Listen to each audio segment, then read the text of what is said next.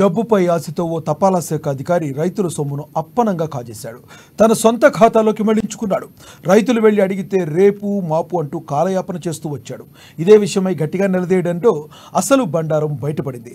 తీరా విషయం బోధపడిన రైతులు పోలీస్ స్టేషన్లో సదరు అధికారిపై ఫిర్యాదు చేయడంతో ఈ ఘటన ఆలస్యంగా వెలుగులోకి వచ్చింది.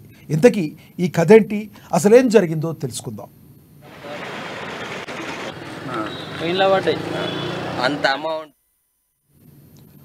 అన్నదాతల అమాయకత్వాన్ని ఆసరాగా చేసుకున్న ఆదిలాబాద్ పట్టణంలోని తపాలా శాఖ అధికారి ఆ డబ్బులను సొంత ఖాతాల్లోకి మళ్లించుకున్నాడు.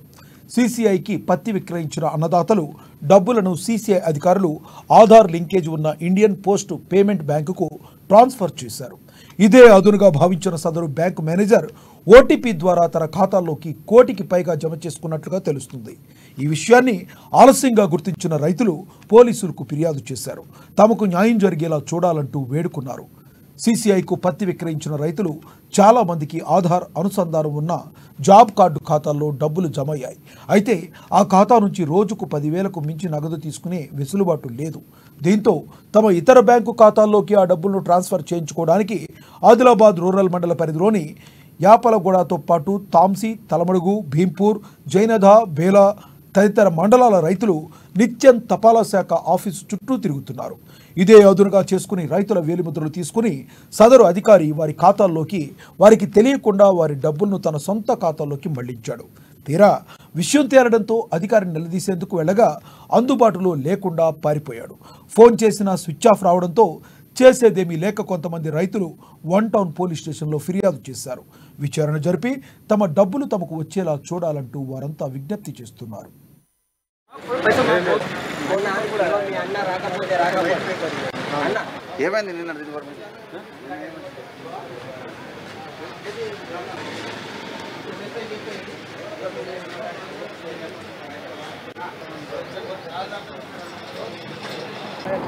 నా పేరు కార్తిక్ రెడ్డి, మా విలేజ్ వచ్చేసి బోరాజ్. నేను పత్తి అమ్మినటువంటి నా యొక్క సీసీఐ డబ్బులు వచ్చేసి ఆధార్కు అనుసంధానం ఉన్నటువంటి బ్యాంక్ ఖాతాలో ఐపీపీబీ ఇండియన్ పోస్ట్ పేమెంట్ బ్యాంక్లో 196,000 అందులో జమ కావడం జరిగింది.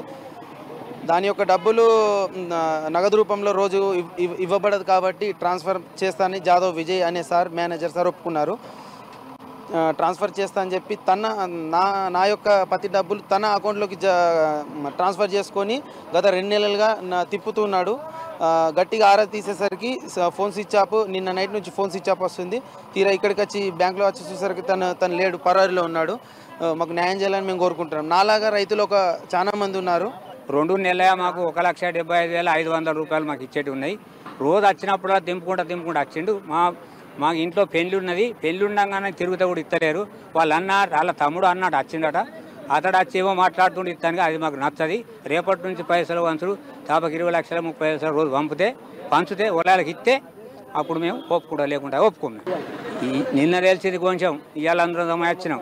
రోజు ఇట్లా సతాయించుకుంటే ఎలా కొట్టాలి. దగ్గర రాగానే ఇది కావాలి అది కావాలి వచ్చిన ఫోన్ ఇకెట్ పోతే పైసలు అనాలి. నాకు మహారాష్ట్ర బ్యాంక్లో పడుతుండే ఎప్పుడు అలా మంచిగా బరాబర్ ఇస్తుండే, మేము మెరుగు దగ్గర వేరే ఇస్తుండే. ఇప్పుడు నాకు పని ఉన్నది, ఇప్పుడు ఇస్తలేడు. నాది 1,22,000 నాది లాండా సాంగి. పోస్టులో వచ్చినామంటే డబ్బులు ట్రాన్స్ఫర్ చేసినామన్నాడు. బ్యాంకులో పోయి చూస్తులకి ట్రాన్స్ఫర్ డబ్బులు వాళ్ళే అన్నాడు.